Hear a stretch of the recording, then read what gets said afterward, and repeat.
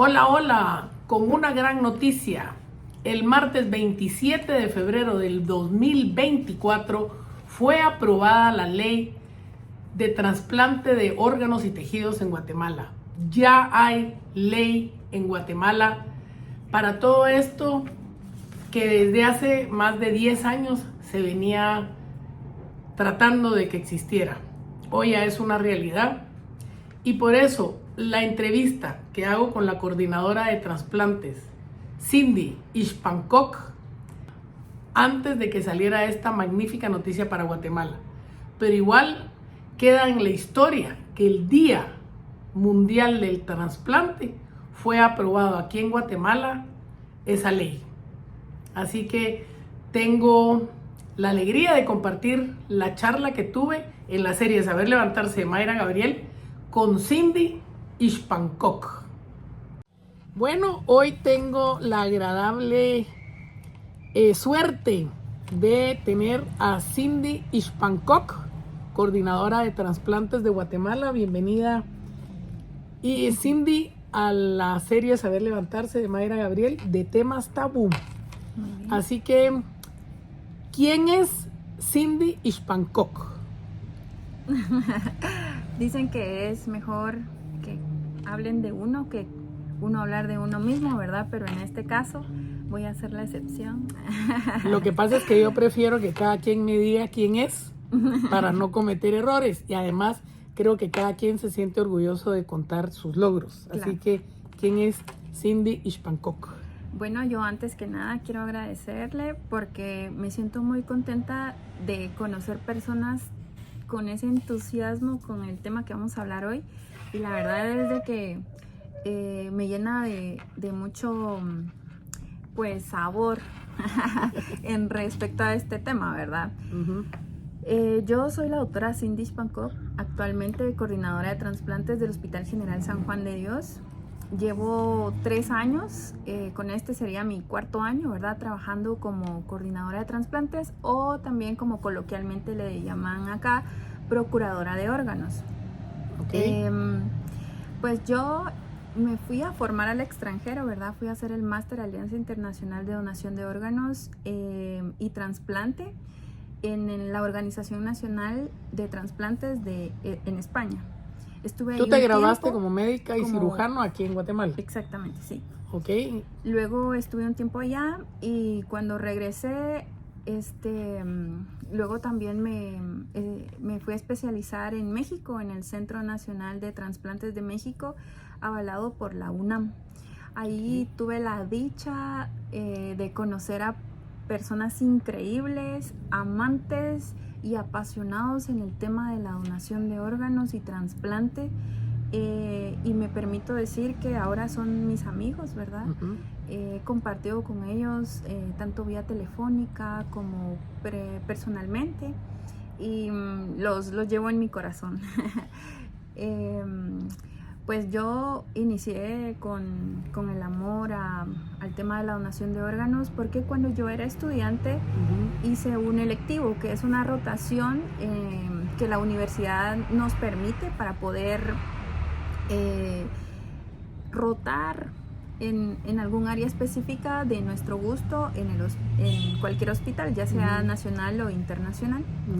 Entonces yo pues me decidí en rotar en nefrología y trasplante renal porque era una de las especialidades en donde yo no había podido hacerlo durante mi preparación en el Hospital San Juan de Dios. Okay. Entonces acudí con el doctor Pedro Dávila, en ese entonces jefe de departamento, y él me aceptó. Luego roté en la consulta externa de trasplante. ¿En el San Juan de Dios? En el San Juan de Dios, y fue ¿En allí, qué año estamos hablando ahí? Como en el 2016-17 más o menos. Okay. Entonces, cuando yo roté allí, yo no podía creer la cantidad de pacientes con enfermedad renal que asistían y la poca cantidad de pacientes con trasplante. La actividad de trasplante pues no era tanta como ahora, ¿verdad? Más o menos se hacían unos 20, 15 trasplantes de donante vivo al año y cadavéricos no se hacían, o si pues les iba bien, uno, ¿verdad? Al En año. el San Juan de Dios. En el San Juan de Dios. Sí, así estaba viendo las estadísticas que en el 2023 terminaron haciendo 42 trasplantes, 10 de donante cadavérico Así es. y 32 de donante vivo relacionado. Sí, sí, la verdad es de que Sigue siendo muy poquito. sigue siendo muy poquito, pero estamos, digamos que ahora en nuestras cifras más altas, ya llevamos 2 años o 3 años, ¿verdad? Con estas cifras, cuando antes era muy fluctuante, o se hacían 20, se hacían 15, se hacían 30, Sí, pues. ¿verdad? Entonces ahora pues ya tenemos, en el departamento pues de nefrología, tienen como meta hacer un trasplante de donante vivo a la semana. Sí, pues. Sí, entonces, pues hay, ante esa problemática yo dije, no, pues tenemos que hacer algo, ¿verdad? Sí. Y entonces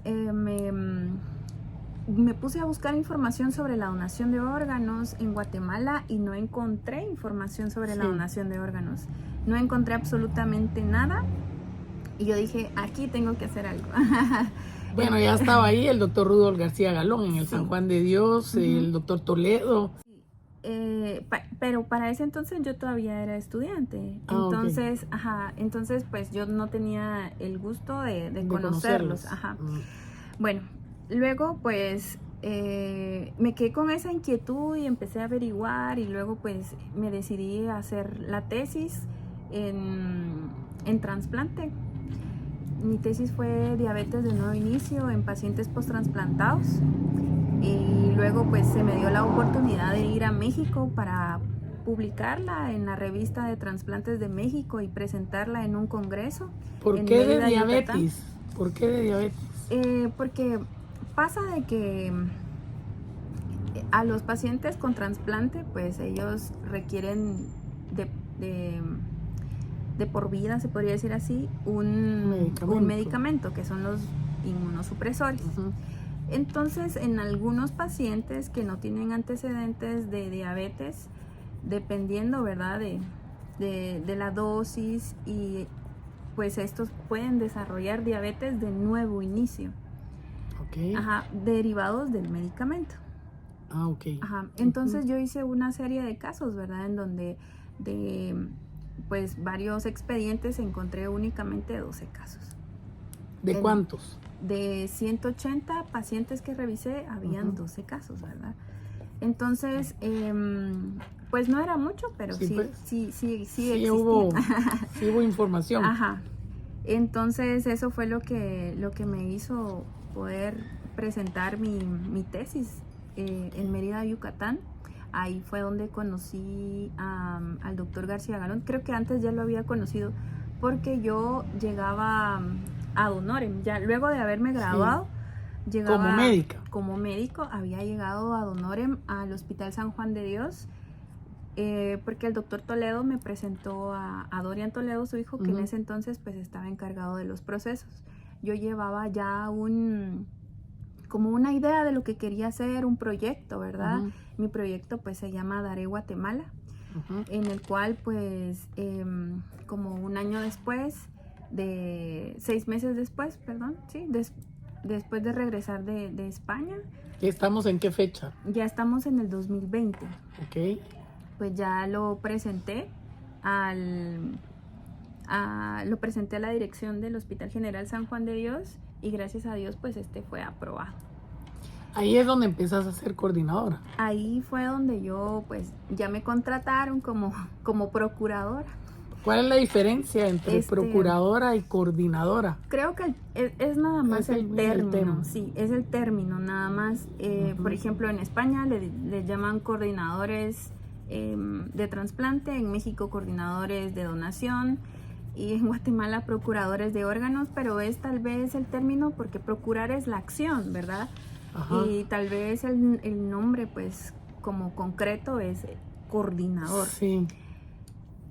Entonces allí fue donde empecé y muchos me preguntan, ¿pero qué haces? Sí, esa es la siguiente pregunta. ¿Qué hace una, le vamos a llamar coordinadora, aunque en papeles se llama procuradora, pero creo que coordinadora es más usado a nivel Exacto. mundial, digamos, ¿verdad? ¿Qué Ujú. hace una coordinadora hoy por hoy, Cindy Ishpancock, en el San Juan de Dios o en Guatemala como tal? Sí, pues yo dirijo al equipo multidisciplinario para poder tener el resultado de un trasplante cadavérico. Ujú. Pero comenzamos por procesos. El proceso número 1 es la activación de la alerta de donante. Antes, cuando yo comenzaba, yo tenía a cargo más o menos como 59 camas de pacientes que estaban ventilados, ¿verdad? Ujú. Luego, pues con el tiempo... Sin muerte cerebral. Sin muerte cerebral, solo para Solo darle ahorita. seguimiento, para ver si en algún momento pues alguno pues neurológicamente pues deterioraba y hacía muerte encefálica, ¿verdad? Ya vamos a hablar de la muerte encefálica. Entonces se hace la detección, ¿verdad? Ujú. Luego de la detección pues ya se hace una evaluación para ver si este es candidato o no para donar. Vemos cómo está su función renal. Aquí en Guatemala pues solo hablamos de riñones, entonces nos enfocamos nada más en eso y tal vez en córneas también, ¿verdad? Y a hígado ahora. Hígado, pero solo en una institución Sí, privada. En lo sí. público pues todavía Todavía no, no. ¿verdad? Entonces hacemos la detección, hacemos la evaluación, determinamos la función renal y si pues es mayor o hay algún paso ahí, nosotros ya le decimos criterios expandidos, que son todas aquellas personas o posibles donantes que son añosos, ¿verdad? Que tienen pues alguna característica que no sea como lo normal, pero que sí les permita poder donar, ¿sí? Okay. Entonces, bueno, determinamos que es candidato y luego pues ya se hacen los procesos del diagnóstico de muerte encefálica, que no lo hago yo, sino que lo hace el neurólogo. Son profesionales, ¿verdad? Que puede ser neurólogo, intensivista o neurocirujano. Okay. Entonces, una vez se determina la muerte cerebral, entonces se tiene que hacer un estudio diagnóstico. El estudio diagnóstico más utilizado en el Hospital San Juan de Dios es la angiotomografía, seguido del Doppler transcranial y luego el electroencefalograma. Sí. ¿Cuál es el mejor estudio? El mejor estudio es la angiotomografía porque no es operador dependiente, ¿sí? Por ejemplo, el electroencefalograma, pues antes mide la actividad eléctrica. Ajá. Pero la angiotomografía y el Doppler transcranial miden la circulación del cerebro. Por eso dicen que hay un paro circulatorio cerebral para el angiotac y el Doppler transcranial, mientras que en el electroencefalograma se dice que hay un cese de la actividad. Yeah. Y toda esa maquinaria, digamos, o no sé cómo le llamarán, aparatos. Pruebas instrumentales, ajá. Todas esas sí existen en el Hospital San Juan de Dios en buen estado. Exactamente, sí. Con última tecnología, se podría decir. Sí, y sí tenemos personal calificado para poder hacer estos diagnósticos. Okay. Entonces, hacemos el diagnóstico clínico, ¿verdad? Luego hacemos el diagnóstico complementario y ya luego pues ahí está la otra esfera, que es la solicitud de donación de órganos. Mientras se da el mantenimiento, ¿verdad? Se hace la solicitud de donación de órganos y a la familia del paciente, del posible donante, ¿verdad? Entonces, y como bien dicen, la tragedia de una familia va a ser la salvación de otra familia. Sí, entonces, antes de hablar de la muerte y de la solicitud de la donación de órganos, yo estoy muy consciente de que si un coordinador o procurador no está familiarizado con el tema de la muerte, no puede ejercer como tal, porque tengo que tener la convicción de qué es la vida y de qué es la muerte, porque luego pues secularmente se podría decir que hay personas que creen de que una persona puede llegar al hospital y que los médicos pueden quitarle la vida para que done órganos. Sí, no. Eso es un mito, ¿verdad? Así es, cabal. Entonces, eso no es así. Nosotros como médicos, pues preservamos la vida, ¿verdad? Somos pro vida, ¿verdad? Somos pro vida y siempre vamos a ir a dar buenas noticias, siempre vamos a querer hacer... salvar la vida. Salvar la vida. Pero lastimosamente cuando hay una muerte, cuando ya el médico hizo todo lo posible por salvar la vida, ¿qué podemos hacer? ¿Verdad? Sí, no, y además con muerte cerebral, o sea, nunca regresa uno. Pues mi hijo, de hecho, así empieza mi historia en estos retos o en este tema, porque él muere por muerte cerebral. O sea, es cierto, uno en el momento no entiende, y eso es parte de esta charla, de las charlas que he tenido con otras personas, de educar a las personas qué es muerte cerebral, por qué, en qué momento o cómo es que se pueda donar los órganos, que no es cuando el corazón ya se paró, pues en otros países sí, pero aquí no. Exacto. Entonces, entender cómo es que podemos ser donadores de órganos, porque tengo entendido que hasta una persona con VIH puede ser donadora de órganos para un receptor con VIH. Sí, ¿verdad? Así es, sí. Sí, para esto pues se utilizan otros criterios, pero creo que tal vez no los vamos a abordar porque luego nos extendemos. Entonces estábamos en que la muerte, ¿verdad? Es necesario que el coordinador o que la persona que haga la solicitud de donación tenga bien claro qué es la muerte, porque hay dos esferas. Está la familia doliente, quien perdió a su ser amado, aquella pérdida irreparable, aquel dolor, ¿verdad? Y luego está el coordinador, ¿verdad? Haciendo la solicitud de donación. Entonces, y hay que respetar los procesos, ¿sí? Entonces, si ya tengo claro eso, yo puedo llegar a hacer la solicitud de donación. Hacemos la solicitud de donación y la familia dice sí o la familia dice no, ¿verdad?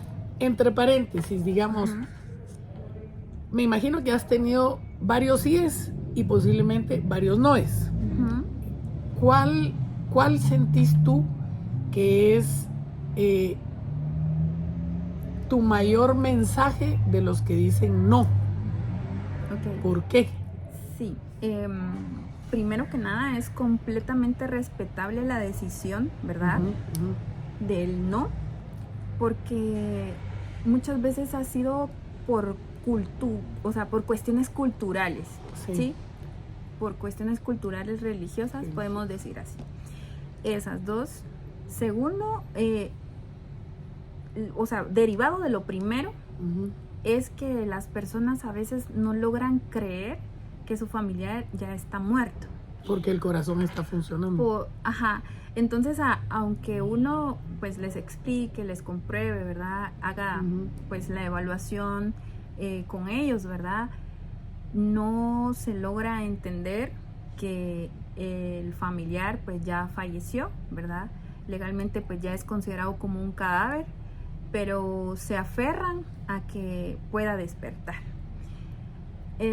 Como le digo, es completamente comprensible.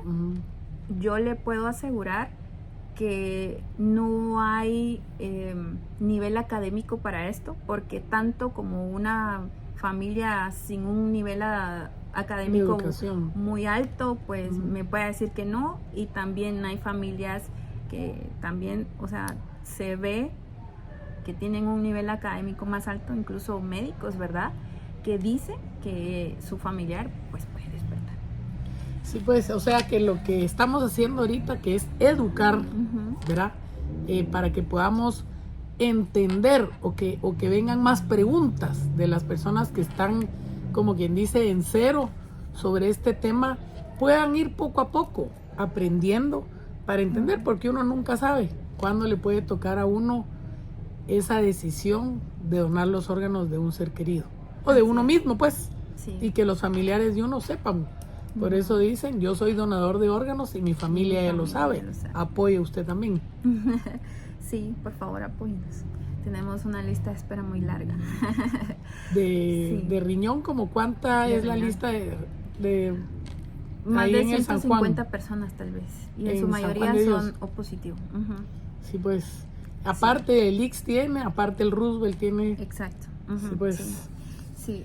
Entonces, hay algo que me llama mucho la atención que quisiera comentarlo, aprovechar a comentarlo, que son los sí. Estamos en febrero. En menos de 15 días obtuve 3 autorizaciones de donación.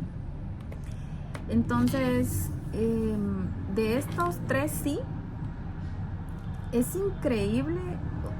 Tú me hacías una pregunta ayer y me decía que ¿por qué te gusta tu trabajo?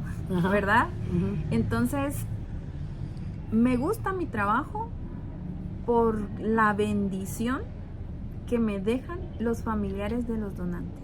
De los que dicen sí. De los que dicen sí. Y el agradecimiento de los receptores. Sí, yo no lo puedo creer. Yo trato de no conocer a los receptores, pues por lo mismo, ¿verdad? De los conflictos de intereses, pero sí los conozco. Sí. O sea, al final pues uno está en el hospital y uno termina conociéndolos. Pero es además increíble. Es un anónimo, ¿verdad? Es una donación o un acto de amor anónima. Exactamente. Sí, es increíble. Cuando hace poco, ¿verdad? Una familia muy humilde, se miraba de condición, tal vez eran campesinos, ¿verdad? Por la forma de comportarse y de hablar, ¿verdad? Pero me llamaba la atención pues las lastimaduras de sus manos, ¿verdad? Porque ellos trabajan en el campo. Y cuando yo les hice la solicitud, a ellos los conmovió y dijeron sí, si alguien más puede seguir viviendo, ¿verdad? Queremos decir que así es. Yo por eso no trato la manera de no limitarme cuando veo a las personas de dónde son, sus orígenes, porque las personas de quien menos pensamos son las que más dan. Y cuando creemos que la persona tal vez va a acceder, tal vez sí se comporta un poco más egoísta. Sí, es que yo de veras, cuando pasó lo mío, yo de veras yo no tenía ningún tipo de conocimiento de donación de órganos ni nada. Cuando me dijeron que mi hijo tenía muerte cerebral, igual no entendía, ¿verdad? Pero sí me acuerdo que algo sentí yo, que dije, si se pueden donar los órganos de mi hijo, que se donen, ¿verdad? Y después dije yo, o sea, no hay duda que el camino se lo tienen a uno bien marcado, porque de verdad, pero sí yo siento que mientras más se hable, más se conozca, creo que va a estar como la educación tan sencillo como de lavarnos los dientes después de cada comida, ¿verdad? Exacto. O sea, que se vuelva parte de uno, ¿verdad? Porque yo no creo que haya que firmar nada, ni que haya que dejarlo en un testamento, ni mucho menos, porque a la hora de la tragedia nadie se va a recordar de eso, ¿verdad? Pero si hablamos en familia y hablamos constantemente de cuál es nuestro deseo, la pareja, los hijos, los papás van a tener bien claro eso. Pues es cierto, a la hora de la hora puede ser que no lo hagan, ¿verdad? Sí. Como el caso de una muy amiga mía que tuvo un aneurisma y tenía una mínima cantidad de actividad cerebral y no se pudo donar los órganos. Y ella toda la vida dijo, pero no tenía completamente muerte cerebral, pues era mínima. Sí, pues. Y eso que el esposo médico también. Y ni así se lo autorizaron. Sí, pues. Sí, es importante, ¿verdad? Me llama mucho la atención que debemos de conocer los criterios de muerte encefálica. Entonces, por ejemplo, yo me limito mucho cuando hay por lo menos un estímulo, ¿verdad? O medio estímulo. Sí. Cuando el estímulo está y tal vez no está como normal, pero está, o disminuido, ¿verdad? Pues tratamos de respetar todo, tratamos de hacer los procesos lo más transparente posible, lo más perfectamente posible, porque sabemos que también son procesos médico-legales, ¿verdad? Entonces, Sí, cualquier falla puede arruinar todo una mística tan bonita que hay ahorita en el Hospital General San Juan de Dios, en el apoyo a la donación de órganos. Pues ya luego pues de la solicitud de donación de órganos. Solo una pregunta, Cindy. ¿Tú sos coordinadora solo en el San Juan de Dios o sos coordinadora para otros, digamos, hospitales públicos? Lo que te decía antes, ¿verdad? Si una persona conoce de alguien que tiene muerte cerebral, te pueden llamar a ti y tú hacer la coordinación para el San Juan de Dios o lo que sea. Sí, gracias a Dios pues tenemos mucha apertura con nuestras autoridades del hospital. El año pasado, por ejemplo, me llamaban del hospital, tal vez de Jutiapa, de Jalapa y varios hospitales, Villanueva, en los cuales pues ellos tenían tal vez algún posible donante, ¿verdad?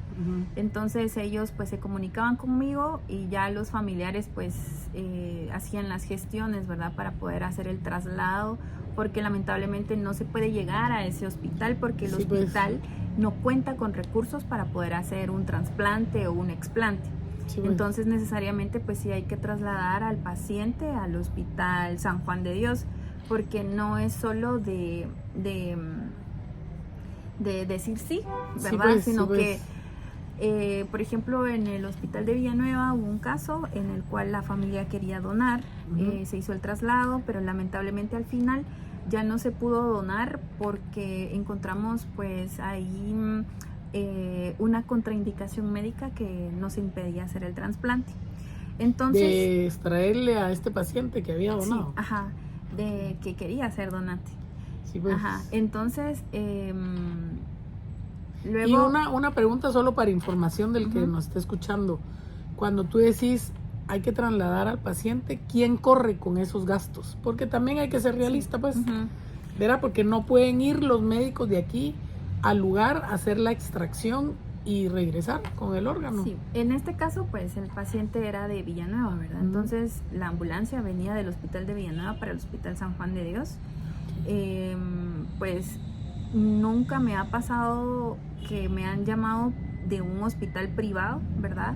Pero sí, ¿cómo se haría el proceso? Pues se haría la solicitud para el traslado, se gestionaría la ambulancia tal vez con el Hospital San Juan de Dios, probablemente, pero hasta que no estemos en el momento no vamos a poder aplicar pues un protocolo, ¿verdad? Porque en sí no nos ha pasado. Y digamos, si fuera, llámese Petén, Izabal, Shela o un lugar así más lejano, pues no hay helicópteros, ambulancias. Lastimosamente no tenemos, por si alguien nos está viendo que es de Aeronáutica Civil, contáctese conmigo y armamos un protocolo. Bueno, sé que hay bomberos aéreos. Ambulancias aéreas, sí. No, pero esos son de avión, pero los bomberos son de helicóptero. Bueno, no sé, tal vez puede ser de avión también. Sí, pues está dentro de las cosas que quisiera lograr en Guatemala, pero vamos paso a paso. Primero tenemos que ordenar un poquito adentro y ya luego vamos. Pues sí, entonces estábamos en que, bueno, nos daban la autorización o la negativa familiar, ¿verdad? Ambas situaciones se respetan, el paciente o los familiares siguen teniendo el mismo trato, ¿verdad? Tanto para las negativas como para la autorización, los familiares se van agradecidos, ¿sí? Agradecidos. Y entonces... Pero esto, bueno, después de la autorización pues ya se hacen las gestiones para el trasplante.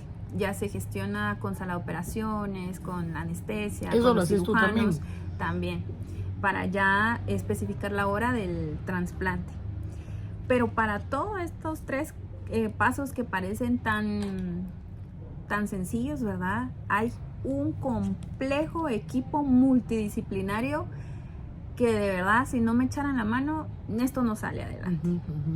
Les puedo decir con mucho orgullo que nuestros procesos son muy rápidos, pero tal vez no es por mi persona o tal vez es por las gestiones que ya anteriormente pues yo hice, ¿verdad? Construir poco a poco.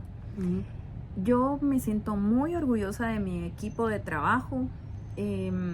Digamos, ahora estoy solita, pero yo no puedo decir que yo sola hago las cosas, no me puedo dar todos los méritos, porque es un equipo muy amplio. Está laboratorio clínico, banco de sangre, neurólogos, los residentes, ¿verdad? De la cirugía, de la medicina interna, las mismas enfermeras, enfermería, intensivo, área verde, la anestesia también, radiología, patología. Es un sinfín de personas, ¿verdad? Que están trabajando y nos ponen a correr a todos. Y los insumos médicos y el instrumental, digamos, ¿sí lo tienen? Estamos limitados. La verdad es de que sí necesitamos cambiar nuestro equipo quirúrgico porque siempre es un problema, ya está muy viejito. Y la verdad es de que hacemos lo que se puede con excelencia. No, hacemos con lo que se tiene, ¿verdad? Lo mejor que se puede. Y nuestros procesos, ¿verdad? Son basados en el modelo español. Pues como les decía antes, tratamos de hacer todo lo más transparente posible y apurarnos a hacer las cosas para que los riñones estén en perfecto estado, porque corremos contra el tiempo, porque sabemos que el paciente en cualquier momento pues puede hacer paro, y es ahí donde entra el punto de por qué me están pidiendo los órganos ahorita que me acaban de decir de que mi familiar está muerto, ¿verdad? Entonces es que no hay otro momento. No hay otro momento. El momento en el cual nos acercamos a los familiares es el momento preciso para que ellos puedan decir sí o puedan decir no, ¿verdad? Porque luego podemos lamentar el tiempo. O sea, desde el momento que detectan muerte cerebral, lo ponen en un respirador para mantener artificialmente funcionando los órganos, ¿verdad? Bueno, ahorita sería tal vez un buen punto para hablar sobre la muerte cerebral.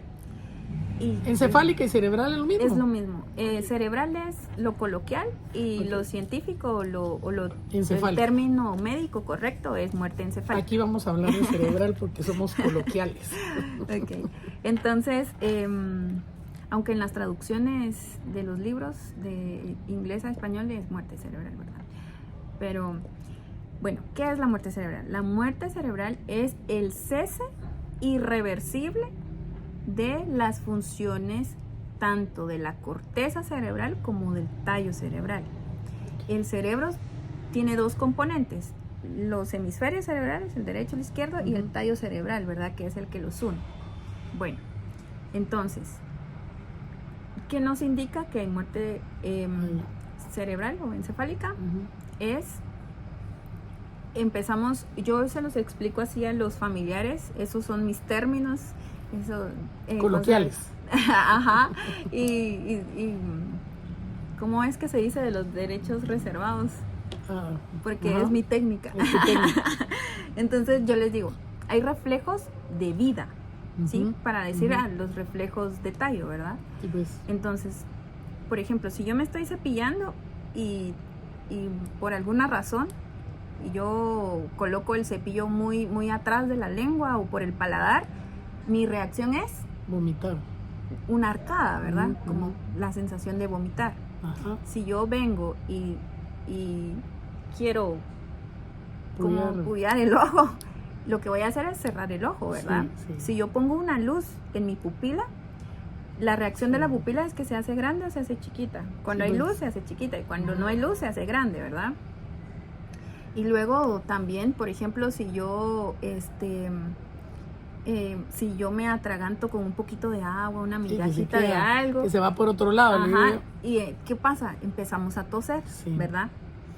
Luego pues está el dolor, pues con términos muy sencillos así lo explico. Entonces, empezamos, ¿verdad? Vemos que el primer signo de muerte, o cómo sé yo que una persona está muerta, es porque tiene las pupilas dilatadas, ¿sí? Vemos que dilató pupilas y eso para mí ya es una señal de que puede tener muerte cerebral. Entonces vengo y evalúo, ¿verdad? Con una luz la pupila y no hay reacción. Luego evaluamos el reflejo corneal con un algodoncito, ¿verdad? Lo pasamos por la esclera, por lo blanquito del ojo y debería de hacer una reacción, lagrimeo, ¿verdad? O el movimiento palpebral, pero no hay nada. Luego bajamos y como tiene un tubito en la boca, ¿verdad? Que es el respirador artificial que le permite pues expandir los pulmones y oxigenar los órganos. Y lo movemos o introducimos una canulita y no hay ninguna reacción. Cuando en un paciente, aunque esté sedado, aunque esté pues ventilado, tiene que tener todo eso, ¿sí? Okay. Entonces, nuestro paciente, pues ahí ya no tiene signos de vida, ¿sí? Entonces, ya pasa todos los otros exámenes que tú mencionaste antes. Sí, bueno, entonces regresando a la definición de muerte, entonces la muerte cerebral tiene características. Primero, tiene que haber una lesión, algo que haya ocasionado que el cerebro se haya muerto, ¿verdad? Puede ser un golpe, un trauma de cráneo, un accidente en moto, una caída, y que se golpeó la cabeza. Ajá, una herida de bala, ¿verdad? Puede ser un derrame, como comúnmente le decimos. Pues también puede ser un tumor, ¿verdad? Un tumor de gran proporción. La gente que tiene tumores puede donar órganos, sí, dependiendo de la etiología, si es benigno o maligno, pero en general sí pueden donar. Bueno, entonces primero tenemos una causa. Ya sabemos qué es lo que está ocasionando la muerte del cerebro. Segundo, tiene que ser de origen catastrófico. O sea, yo tengo que ver mi tomografía cerebral y tengo que ver que ese cerebro está perdido, ¿sí? Ya tengo 3. Y luego cumplir con la ausencia de todos los reflejos de tallo o los reflejos de vida que ya pues les había explicado, ¿verdad? Ya, cumplí con esas 3 condiciones, hago pruebas de dolor, ¿verdad? No hay nada, ¿sí? Estímulos de algunos nervios, pues no hay nada. Y eso estás hablando de que pasan 1 hora, 2 horas, 3 horas para hacer todos esos exámenes, después de estas que acabas de decir ahorita. Eso es inmediato, ¿sí? Me llevará unos 15, 20 minutos poder hacer toda la evaluación exhaustiva. Y después la cola para los exámenes. Y después, bueno, yo ya clínicamente, en las guías, ¿verdad?, de estadounidenses, se hace una prueba de apnea y se confirma. La prueba de apnea es que deja de respirar. La persona que tiene muerte del cerebro, pues ya no respira por sí misma. Sí, pues, entonces, se hace una prueba de apnea y el paciente pues ya no insufla, ¿verdad?, por sí mismo. Esa es la otra condición que se me había olvidado. Bueno, entonces ya cumple todos esos criterios y entonces yo digo, bueno, le hacemos un electroencefalograma, le hacemos un Doppler transcranial o una angiotomografía. Después de ese estudio nos hace la confirmación de la muerte y eso es en sí la muerte del cerebro, ¿sí? Muchos preguntan, ¿cuál es la diferencia con un estado vegetativo? ¿Sí? El estado vegetal, que la persona está así como out, ¿verdad? No reacciona, pero si yo le hago un estímulo doloroso, yo voy a ver en el monitor una actividad que le aumenta la frecuencia cardíaca, por ejemplo, ¿verdad? Porque yo estoy haciendo un estímulo doloroso o otra cosa que es tan clara, ¿verdad? Yo voy a hacer una tomografía y el cerebro va a estar nítido. O sea, estructuralmente no tiene ningún daño, ¿sí? Está íntegro. Versus la muerte encefálica, que hay un daño catastrófico. Sí, pues.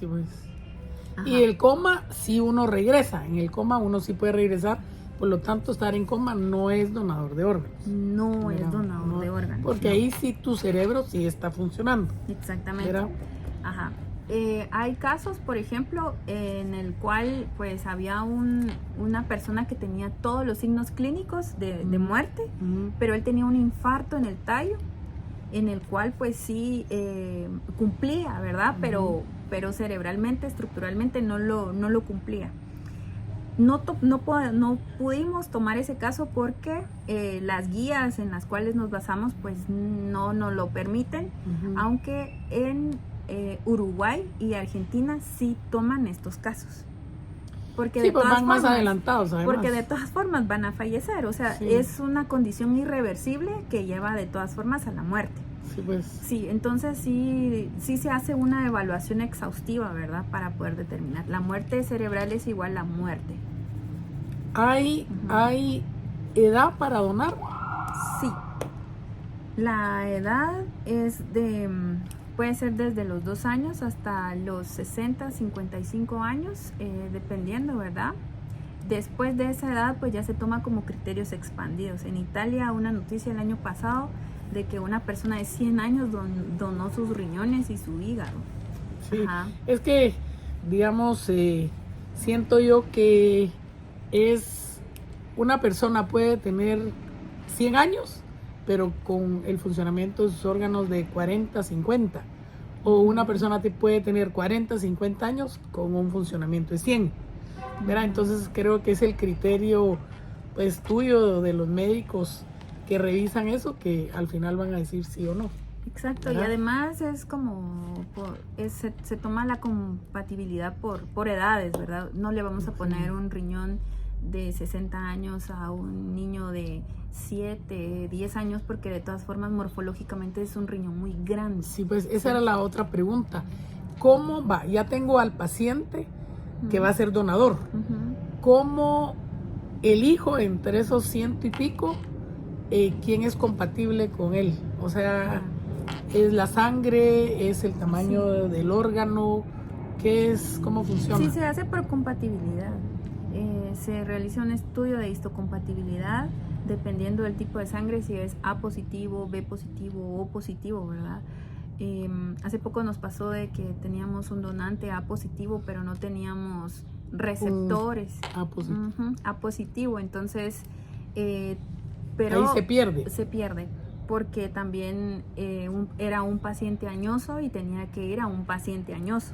Lamentablemente. ¿Añoso qué es? ¿De años? Que es más, que sobrepasa la edad límite de la donación. Unos 90 años. Sí. Tenía 59 años, ¿verdad? Jovencísimo. Sí, pero pues nosotros le decimos así.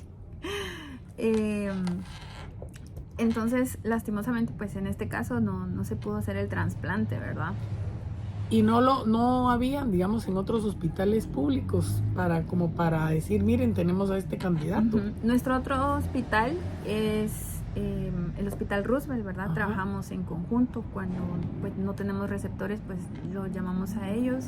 Y se ha logrado. El año antepasado, se realizaron 14 extracciones, ¿verdad? En el Hospital San Juan de Dios. 2 de estos riñoncitos fueron a Fundanier. Ay, qué bueno. Sí. Con el doctor Randall. Con el doctor Randall. Sí, magnífico trabajo el que ellos hacen, Dios mío. Sí, así es. Sí, ojalá todos trabajaran con los relojes que dan todo el tiempo la hora y no como en San Juan de Dios que solo 2 veces al día dan la buena hora. O la hora correcta, diría aquel. ¿Sí o no? Pues no sé. No me voy a comprometer. Sí, no. Pues no sé, Cindy, si hay algo más que tú creas importante, o sea, cómo poder seguir motivando a los guatemaltecos o a las personas en general que nos escuchen, de que se eduquen, que pregunten, que tengan esa cultura, para que no los agarren fly y los agarre de sorpresa. La pregunta quiere donar los órganos de su familiar, ¿verdad? Porque entre más aprendamos, más claros estamos, porque mejor entendemos de qué estamos hablando. Entonces, cómo hacer para entender mejor todo esto con estas charlas, con otras que vienen y que han venido. ¿Verdad? ¿Qué mensaje les darías tú a las personas que nos escuchan? Que hagamos qué. Sí, lo más importante es que nos informemos. La otra vez hacía chiste un familiar de un posible donante que tenía y decía, es que me están terapiando, decía él, ¿verdad? Y nos reíamos los dos y yo le decía, yo no lo estoy terapiando, le estoy informando. Entonces él muy amigablemente, ¿verdad? Hacía la broma. Pero a mí me resultó curioso, ¿verdad? Porque nosotros no tratamos de convencer la donación de órganos. La donación de órganos es un acto de amor que sale de aquí. Yo soy creyente, yo pienso de que todo es la voluntad de Dios. Si en su voluntad está que el familiar diga que sí, pues va a decir que sí. Y la persona que va a recibir el riñón, pues va a ser beneficiada. Lo importante es informarnos. Eso, hablar en familia. Hablarlo en familia, porque aunque lo tengan tatuado aquí, ¿verdad? Soy donante, pero si yo no tengo la autorización de los familiares, no puedo proceder a la donación. Entonces, el otro punto que es muy importante es que yo tengo que saber qué es la muerte. Yo tengo que hablar de la muerte porque cuando hablamos de la muerte lo primero que hacemos es toco madera, ¿verdad? Sí. Entonces, la muerte tenemos que entender que es parte del ciclo de la vida. Nacemos, crecemos, nos reproducimos. Es lo único seguro que tenemos al nacer. Lo único seguro. Pero a veces no estamos sensibilizados con esto y nuestro ego, ¿verdad? Nos dice es que somos dioses. A nosotros no nos toca eso, no nos pasa eso, ¿verdad? Pero la realidad, pues es que, como usted decía, ¿verdad? Lo más seguro que tenemos en esta tierra es la muerte. Pero qué bonito es cuando hablamos en familia y cuando ya, pues llega el momento, decir, bueno, mi familiar quería esto y estoy haciendo esto. Y se respeta esto que mi familiar quería. Así es. Entonces, la donación de órganos es un acto de amor a mi prójimo. Sabemos muy bien, ¿verdad? De que la carne pues se queda, ¿verdad? Esta carne pues desaparece, ¿sí? Pero el recuerdo del ser querido nunca se va a ir. Nunca. Pero qué bonito es cuando yo recuerdo que mi familiar está en otra persona. Esto no lo digo yo, son palabras que me han expresado los familiares y yo creo que usted me puede dar pues la seguridad de lo que estoy diciendo. Sí, creo que es el sentimiento de saber que la muerte, por lo menos de mi hijo, no fue de balde, ¿verdad? Sino que alguien más pudo seguir viviendo, porque de una persona salen 14 órganos y tejidos en un país donde se pueden donar todos los órganos, ¿verdad? Aquí en Guatemala, riñones, córneas o hígado, tengo entendido que médula ósea también ya está. Ya está. ¿Verdad? Es cierto, desafortunadamente no tenemos una unidad de trasplantes en un hospital público para atender a más personas, pero algún día lo vamos a tener, ¿verdad? Sí, trabajar en este tema, pues. Así vamos a ir ampliando. Así que yo soy donador de órganos y mi familia ya lo sabe. Yo también. Apoye usted también y pregunte, entérese sobre qué es ser un donador de órganos. Gracias, Cindy. Te agradezco mucho. Ahora sí nos vamos a ver para que lo digan. Te agradezco mucho tu apoyo, también, la información. Gracias. Creo que es bien importante. Así que usted acaba de oír una nueva charla de la serie Saber Levantarse de Mayra Gabriel de temas tabú. Así es que no se le olvide cualquier información. Yo le voy a poner el número de Cindy para que usted pueda comunicarse con ella en el caso de que sepa de alguien que tiene muerte cerebral. Gracias, Cindy. Un placer conocerte y estoy segura que no va a ser la primera ni la última. Así es que sea. vamos a seguir adelante y con todo el apoyo para seguir creando esta cultura de donación de órganos en Guatemala y educarnos sobre este tema. Sí. Gracias, Cintia. Muchas gracias, gracias.